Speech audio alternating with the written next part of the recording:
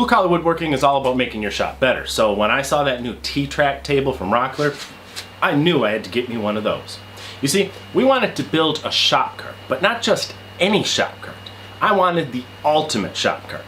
So I asked fans of the show for their ideas, got my Rockler catalogs out of the bathroom and selected some sweet accessories, and got myself to work.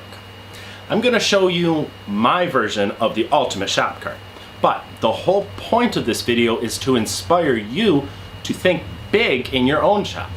With some good ideas of your own and a few of the accessories that we're going to show you, you can come up with your own ultimate project and have fun building it along the way.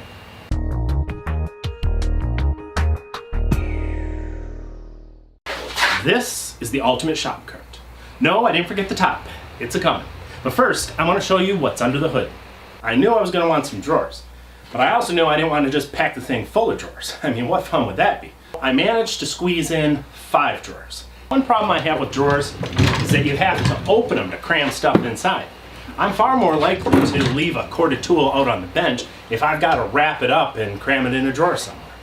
So I made a spot right under the top to put the power tools that I use most. They stay plugged into a power strip, so all I have to do is plug in the cart instead of the individual tools, and the cords just drop behind the drawers into this cavity that I created. Hand tools have to stay organized or I lose them. So I made a couple of cabinets on the end to store screwdrivers and chisels and bits and rulers, and everything has its place. I made some miscellaneous holders for various tools, but since I did it, I've already found an easier way, which I'll show you in a few minutes. Meanwhile, if I'm going to use the cart for glue-ups, I'm going to have plenty of clamps on hand. And with the rack built in, I'm far more likely to put them away when I'm done with them rather than just letting them pile up in the way on the bench. Bins for nails and screws are built into the end, and all the miscellaneous hardware that I use in projects on their own little shelf in inexpensive plastic cases. But the best part, I think, is this slide-out tray, which I've got set up to use as a sharpening station, where you can put anything on this. Now, that's a lot of features to cram into just one shop cart. But wait until you see the accessories I got to really trick this baby out. That's coming up right after this. Love to watch Stumpy make a fool of himself? Then you should join him on Twitter, YouTube, Facebook, and of course, StumpyNubs.com. Well, it took me about a weekend and a sheet and a half of plywood to make my shop cart, and it was a fun project. I mean, it's just great to try to fit in all your own ideas and really make it your own, but the real fun started when I went shopping to pick up accessories for it. Now I know how my wife feels when she goes to the mall. First of all, check out the top. It's got these built-in T-tracks complete with little intersections, so you've got free movement in all 4 directions, and it's as awesome as it looks. It turns an otherwise simple shop cart into a dynamo workstation.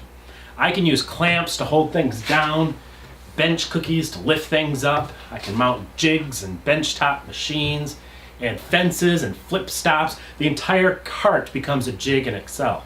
Now, you can buy these tops ready to go from Rockler, or you can make your own because Rockler also sells the little T-track intersections separately. And those are great for a lot of different uses. While I was picking out my top, I found some other accessories at Rockler that I had to have for it, like this clamp-on cord and hose holder. You just clamp it onto the edge, and it adjusts up and down so that you can run your cords from the tools underneath, if you're going to use them a lot, right through it. And you can even hook your dust collection up to it. I don't know, I think I'm going to get a lot of use out of this. It sure keeps things up and out of the way. Another thing I found that I really like are these new tool trays that let the dust just fall right out the bottom. These things would be great to put right on the side of your shop cart so that you could put glue or tools or whatever in there out of the way and you don't have to sweep all that dust out later. I've also found a few places in the shop that I want to mount these, like on the fronts of benches to hold accessories, things like that. But of all the accessories I found, my favorite are these clip-on pouches. I don't know, they look so simple, like little apron pockets, but they're just so handy. What's great about them is that you can have a different one for different toolkits. Like I use this one here with my glue stuff. Holds my glue bottle, glue brushes, some pens and pencils, and you can hook this baby right on your belt and go to work. And then when you're done, it's got a little clip on the back that just hangs on this little metal frame. Here's one for a nail, for nails and screws or whatever. This one's just for tools. Got a spot for a little square and your tape measure, and this one's got all kinds of spots in it. They even make this gigantic one. You could put like a whole toolbox in these things. I was thinking that if I hadn't already built into the side of my cart, I could have just mounted that right on the side and held as much as a whole set of drawers would. But I've already found about 3 uses elsewhere in the shop for this, so no worries. And that's the ultimate shop cart. If you want to build one, you can check out the plans over at stumpynubs.com. You can make one just like mine, or you can throw in some of those accessories that I was showing you, some of which I kind of wish I had when I was designing mine. Or you can modify the plans and make one that really suits your needs. Whatever you do, you're going to have a lot of fun, so enjoy.